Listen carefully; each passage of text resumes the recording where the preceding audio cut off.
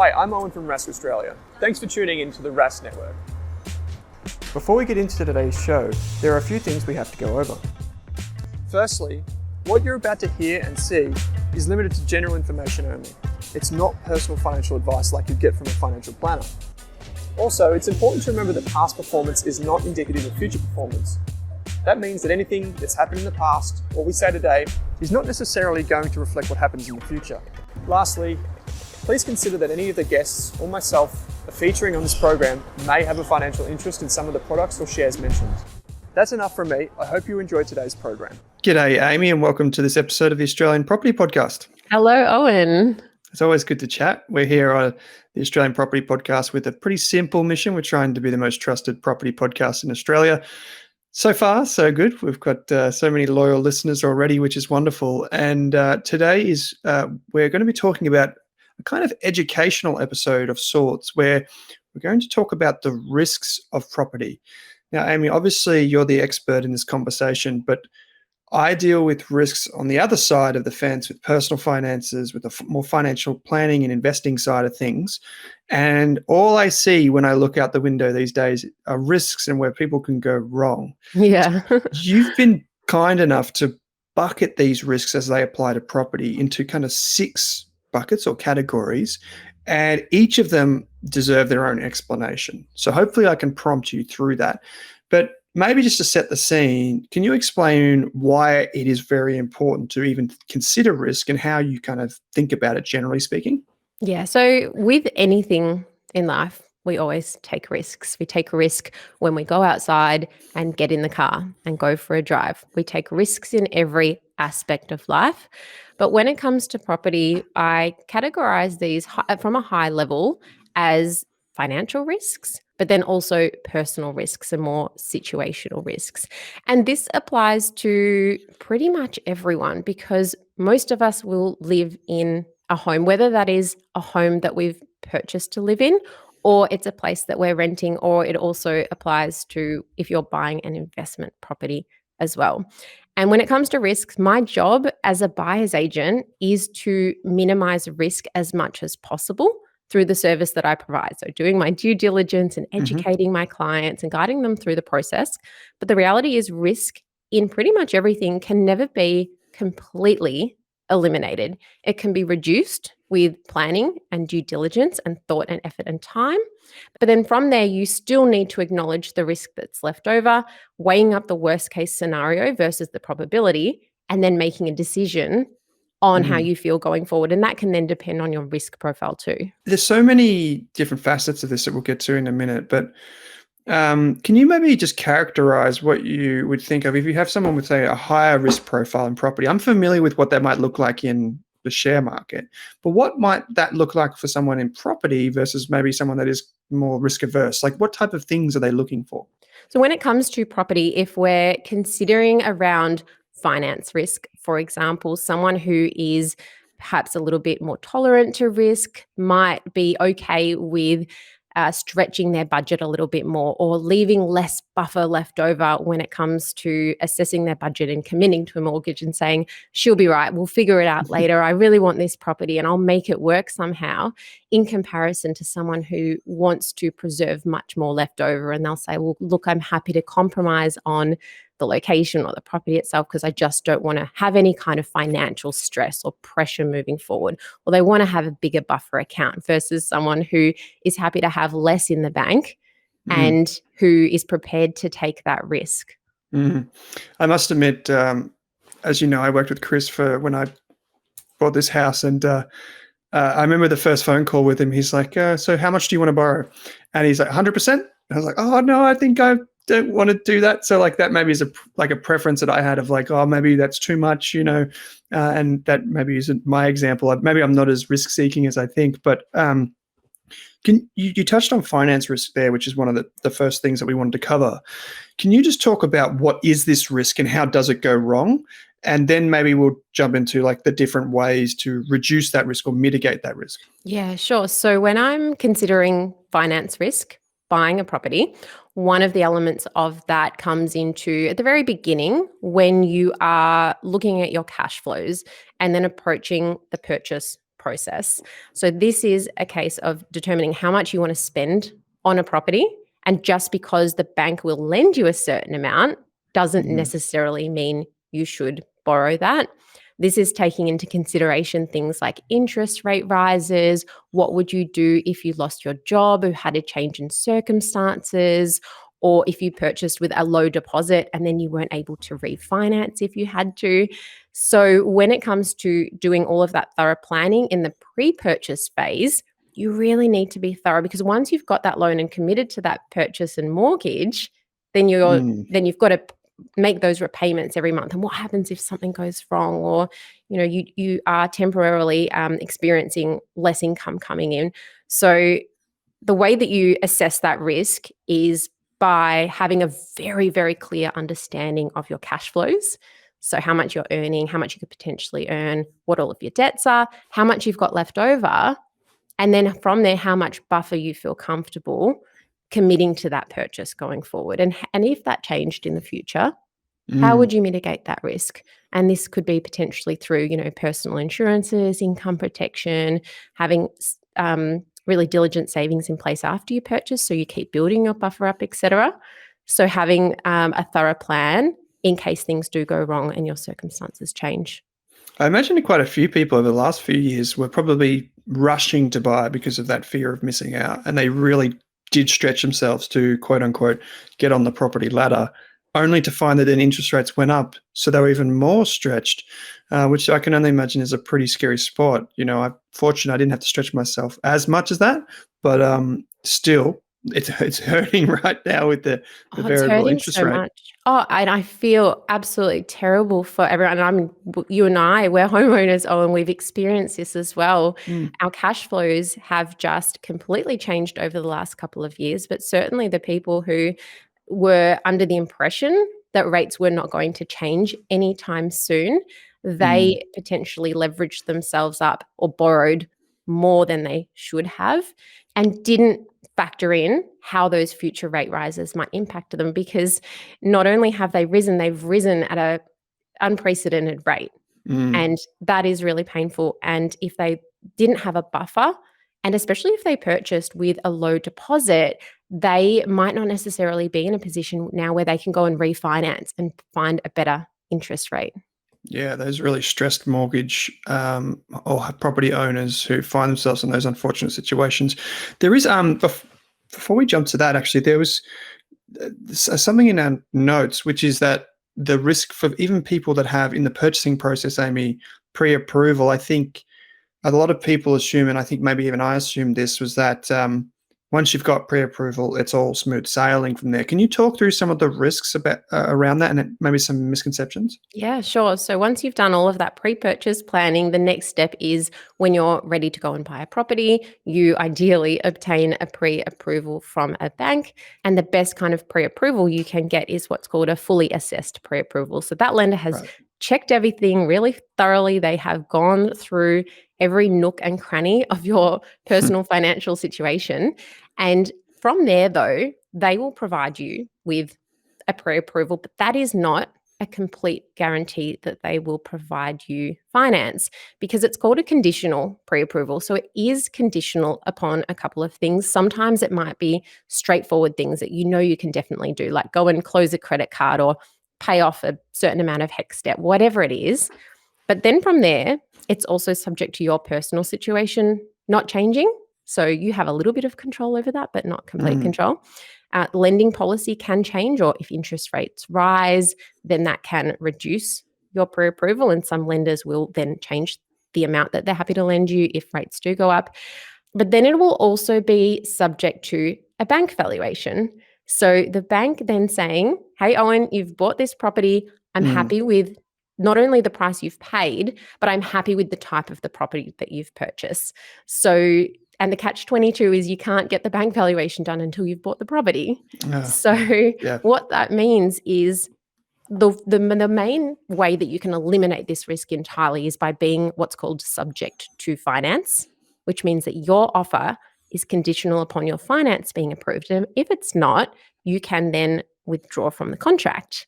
But you can't be subject to finance in all situations. For example, going to auction. you can't be subject to finance.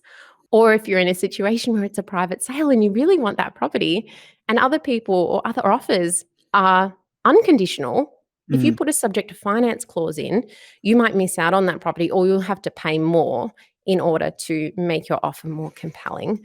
So you can't always be subject to finance to protect yourself. So in these situations, the way that you mitigate that risk is by doing a really thorough assessment on what that property is worth through doing a comparable sales analysis, and then also having lots of conversations with your broker or lender about, hey, what's the risk of this property potentially not being valued at the right price, and what would I do if that happened? What are my backup plans? And then running that type of property past them to make sure they're okay with it, because there are some types of properties which are higher risk to the bank, and therefore you may have issues financing them. I think that's a really good point. That process as well, like people not being aware that, yeah, you've got pre-approval, yes, you've put in your offer, yes, it's been accepted, but hey, you've also got to get the bank to come out and have a look at the property because they're the ones that have put their money on the line too, right? Exactly. How about, I know you deal with a lot of, like, I imagine you deal with a lot of upgraders, investors, these types of people that are not just, first home buyers. So there's also a risk there when people sell, I guess. So can you talk to some of the risks around that just briefly? Yeah. So if you're wanting to, just say you're wanting to upgrade or downgrade or sell your property and then go and purchase another property, it's not impossible, but it can be quite challenging to align those settlements so that you're able to then settle both properties on the same day. That's the dream world. And sometimes I can help clients do that. But if not, first of all, you need to understand, well, if I can't do that, either I sell and then I need to buy something. But what if I don't buy something within that time period? Then you might need to consider alternative accommodation. Are you going to rent? Are you going to stay somewhere else? What are you going to do? Or if you buy first, you might then have to put yourself under pressure to sell within a certain time frame if you can't organize bridging finance or any other kind of short-term finance. So that is always a risk too. And then ideally you're buying and selling in the same market, paying similar prices. But if you sell first and what you want, you can't actually afford because you haven't figured that out, you haven't done your research, you might take a long time to purchase. And if the market goes up in that meantime, then you're exposing yourself to not being able to afford what you want, making compromises. Yeah, I'm actually thinking of a friend that it happened to, and it was very hard for them to get back into the market, actually. How about you? So this is probably a neat way to segue into our next risk, which is this idea of market risk, which is like obviously something that people have experienced in the last little while, Amy. Chris, frequently talks on the show about, borrowing capacity's down. There's always talk in the media about property prices falling and then they're rising and then they're falling and then they're rising. And it gets people spooked. So I imagine there's plenty of opportunity for things to go wrong there. Yeah, and the reality is forecasting in the property market is incredibly challenging because it is influenced by so many things. We have a look at what's happened over the last couple of years, interest rates going up, borrowing capacity going down. And yes, it has impacted the market, but nowhere near as much as what a lot of speculators had anticipated. And that's because all of these other factors come into play. Supply has gone down big time. Supply of vendors selling, supply of new construction, sentiment overall has a big impact as well. So if people can't find what they want, they think, oh, well, if I can't find what I want, I still want to get into the market. I'm still going to be proactive here. And also with the recent interest rate pause, even though I know it's gone up a little bit more, there has been some more positive signals coming back into the market where buyers are saying, okay, well, the sky isn't falling. I want to buy a property. I want to do something. Well, now's the time to do it. So there is no way to accurately predict the future. And because it is impossible to predict, the best thing that you could do to reduce your own risk is to buy at the time which is right for you, both financially and emotionally, and understand that that's the best thing that you can do. So focus on things that you can control, which is your own personal circumstances, and try and let the noise of the things that you can't control go by the wayside if you can. I know it's hard. It's like, it's always difficult, isn't it, to know what's in your control and what's not in your control. Like, how would someone say if we cast our mind back a couple of years or a year or so, when the property market in Australia was very hot, there was auctions left, right, center, things getting sold immediately. How do you kind of control for that risk? How do you protect yourself? Well, you need to take a step back and say, okay, well, why am I buying right now? The market is strong. Why have I decided to buy? Is it because I need to buy something? Is it because I'm worried that if I wait even longer and if it goes up anymore, I'll have to compromise further? So making an assessment at that point in time, and then also, when you're approaching a negotiation, trying to not let yourself get too carried away just because you feel like you're in a rush or you feel like you're battling the market, especially if that property isn't ticking all of your boxes. So always just taking a step back and trying not to let FOMO or fear of missing out cloud your judgment. But sort of one little decision matrix that I like to apply when it comes to assessing the market, because bear in mind, it's very rare that someone says, hey, Owen, now's a really good time to buy. Everything's balanced. Nothing's happening. It's going sideways. So think of it like this. At this point in time, if you purchased a property and the market went down, but you were really happy with that property and it ticked all of your boxes, would you feel like you'd be in a worse situation compared to the alternative if you don't buy now and the market went up and you'd then have to compromise your brief? So which situation would you feel more comfortable in? And there's no right or wrong answer there. I'd probably prefer, to be honest, just thinking out loud here, I'd probably prefer to buy and risk overpaying, knowing that I was in the property. That's probably my personal preference, but I imagine some investors or some property owners don't think that way. But that's probably how I feel about it. Yeah. Well, I don't actually love the word overpaying, because if you've bought a property that's perfect for you and it ticks all of your boxes, and then the market came back a little bit, but you're in that house and you loved it and you're going to be in there for a long time. True. It doesn't actually matter unless you were in a position where you were forced to sell it prematurely and then you experienced a loss. Yeah. One of the risks here that you've got, which I haven't come across before, and I think this is because it's the new medium with property and what have you for me, which is this idea of suitability risk. So can you explain what this means? And I'm sure I'll have a few questions around this. Yeah. So suitability risk is not so much of a tangible financial risk. It's more a personal thing. In the case of purchasing a property without having put enough forethought into it, and ending up in a type of property or in a location that you're not happy with. Or maybe you hadn't had those thorough conversations with your partner beforehand and you're happy with it and they're not. Or, you thought you wanted that big house in the outer suburbs to grow into, but then you decide to not have a family, or it doesn't happen for you and you're an hour and a half away from your job and that just doesn't work for your lifestyle. So that's what I mean when it comes to suitability risk. I'm sure some people are finding this out now in, some of the regional or coastal areas where people migrated to from the cities during COVID. Maybe they've figured out now that some of those other variables, like being easy and close to commute to the city or to their job, maybe they're finding out now, and this risk is kind of coming up for them, thinking, we didn't really think 3 years ahead. We were thinking 1 or 2 years ahead, and we know that property is a long-term investment. So maybe they're figuring that out now.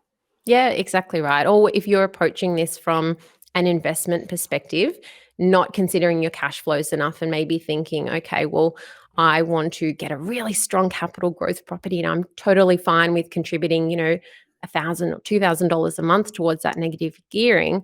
But then a couple of years later, when it comes time to buy your home, your broker says, well, you can't. You've got too much debt here. Your borrowing capacity is reduced. You're not going to be able to buy the home you want. You have to go sell that investment prematurely. Might not have performed yet. Would maybe owe you money, and you just hadn't put that planning into it.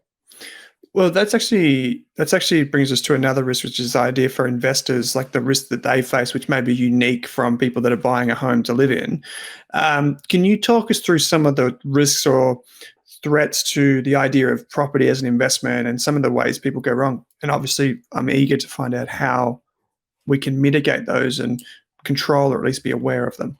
Yeah, well, one of the risks is what we just mentioned, which is buying an investment property because you think that's the right thing to do, but then not considering how it might impact your future home purchase planning. I mean, you might already have a home and you're leveraging, and that's okay. But if you want to upgrade your home later on, will that investment property impact those plans?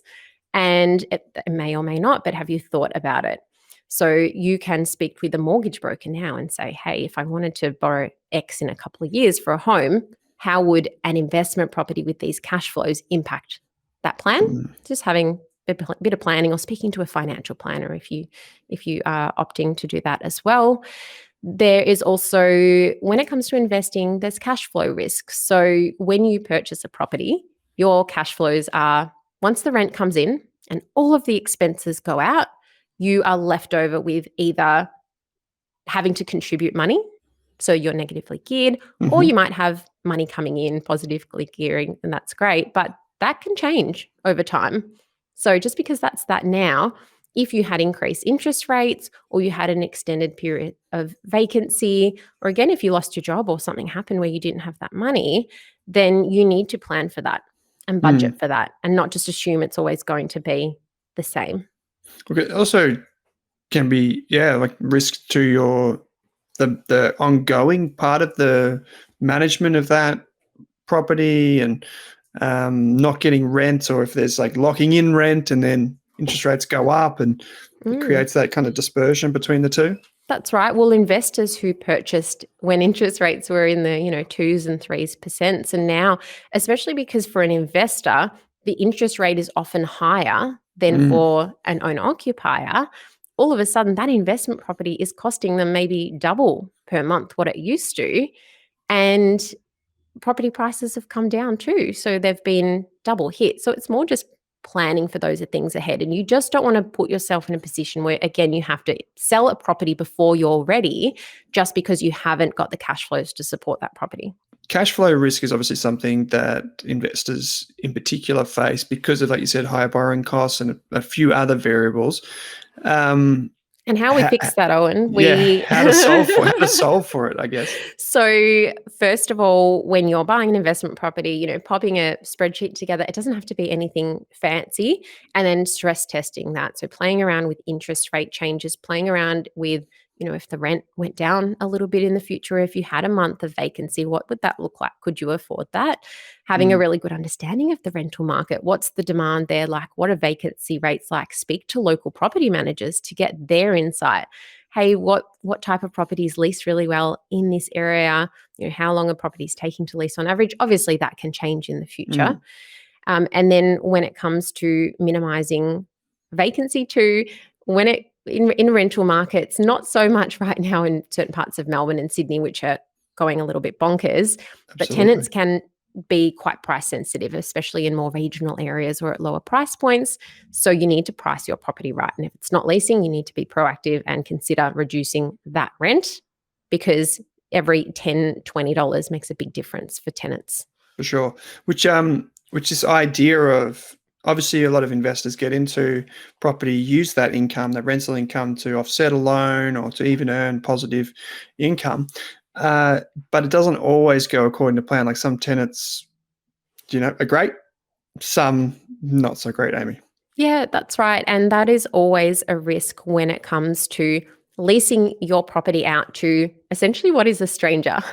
You can do as much, or your property manager, if you have a great property manager, should do as much reference checking as possible, but things can change. And that tenant's life can change, and they can go into hardship, and they might not be able to pay the rent, or they might not respect your property as much as they should. And that is always a bit of a fear for an investor when they purchase a property. For sure. But again, ways to fix that, having a great property manager. And if your property manager changes over time and you're not happy with the new one, go and find another one. You're not locked into them. And always, of course, making sure you have the appropriate insurances in place. Well, just out of curious, what kind of insurances would they be? Is there a particular type of insurance or assurances that people should be looking out for? Yep. So always having your building insurance if you're not within a strata. Otherwise, you'll have building insurance included in strata. But then also as a landlord, you should always have landlord insurance, and that can cover you for things, say, if that tenant breaks their lease and you experience a loss of rent, for example, or tenant damage, things like that. You need to make sure that you're on top of it. If something goes wrong, get all the paperwork together, get that application in. But yeah, having that, and it's not an expensive insurance considering what it covers. Okay, so switching gears, we've got two more big risk buckets that I want to cover. One of them is obviously when you're buying a property, one of the things that goes through everyone's mind is that black mold, or is that mold over there? Is that water damage in the roof? Yep. There's so many things that could go wrong, and people feel like they're not capable of, inspecting a property effectively or looking for these problem areas in advance. So how do you think about the risk of a building or a property, and how do you mitigate that? So when it comes to buying a property, this is one of the risks which you can't actually completely eliminate, and that's because there are restrictions or limitations when it comes to building inspections, for example. Right. So just say you're buying a townhouse or a house or a villa unit, that building inspector can walk through that property. They can do as thorough of an assessment as they can, but they might not be able to get under the house. They might not be able to get into the roof or see certain parts of that house. And especially if that house is full of furniture, they can't move all of that around. So there will always be limitations there. So, and this kind of comes back to when we're talking about risk profiles. Your building inspector might say, hey, I'm just not able to get access to a lot of this property and I can't completely comment. And, there might be hidden risks here. I'm not sure. And then it's up to you if you're comfortable with that. So if you're happy to do some works or take on the risk that there could be problems, you've got a big buffer, you might be more comfortable than if you just aren't willing to do any kind of renovations, or if something goes wrong, you don't have much leftover cash to fix it. And that is also an issue when it comes to apartment blocks. So a building inspector can't inspect that entire apartment block. And yes, there should be thorough notes in the strata meetings and minutes, especially if there were historical issues. But then going forward, you have less control over that. And issues can take time with big apartment blocks, like we've seen a lot of problems over the years with the ones in Sydney, for example. They can take time to come up. You might purchase it now and it's okay, but in a couple of years, there might be some problems, and you can't eliminate that risk entirely. But the way that you can approach it is by just ensuring that you get those inspections done, or as much as you can, and speaking with the doing a strata search, speaking to the body corporate manager, etc. One of the solutions to many parts of all of these risks is to have a buffer, to have that emergency buffer. What am I going to lean on if things go wrong? Yeah, and you can pull that cash and use it for something. Yeah, I mean, we've all heard the horror stories, and they frequently pop up about the things that go wrong after people buy a house. And we talk a lot about all the different things that happen during the building phase if people are considering buying off the plan and, new housing developments and so on. But it's kind of all properties as well. You just got to keep your wits about you.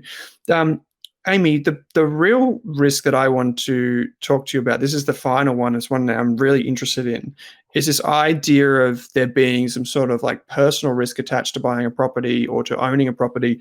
And in particular, the impact that relationships can have on people buying properties and owning properties, whether it's together or it's family, friends, partners, future partners, someone coming into the house, so many different things. So how do you detangle this risk, and what are some of the variables that people need to factor in?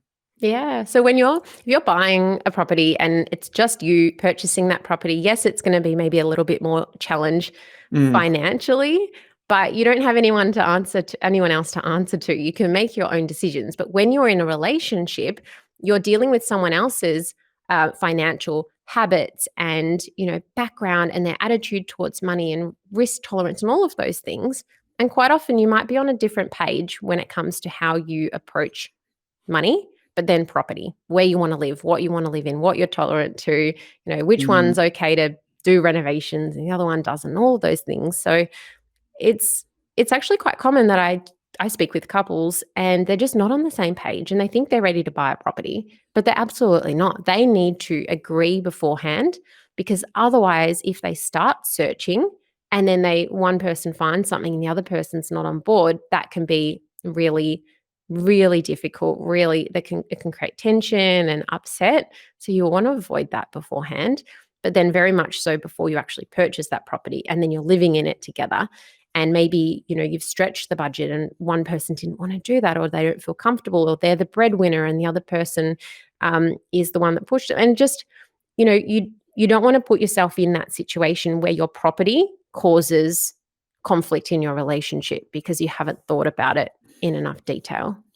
I hear what you're saying, but I almost think in some instances that would be pretty tough. That's a pretty tough conversation, right? Because imagine like you're listening to this Australian property podcast episode, you're thinking, okay, what Amy's saying is making a lot of sense.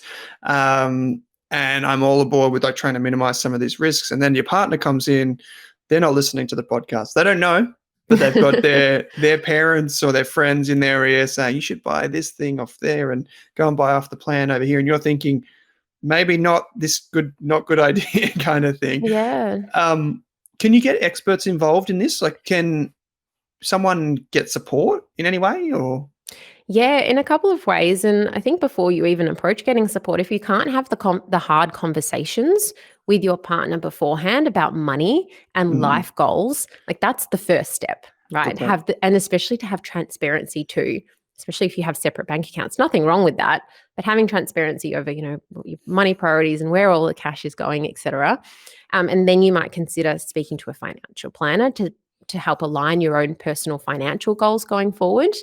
And then depending on what's your comfort level is, or maybe if you're especially in a fresh relationship or haven't been together for very long, you might then seek the advice from a lawyer, say a family lawyer or an estate planner, to sit down and create an agreement and say, okay, if things go wrong, what will happen? What's the exit plan? What does that look like? Who's contributing what? Who will get what? And a lawyer needs to be involved there to ensure that it is as enforceable as possible.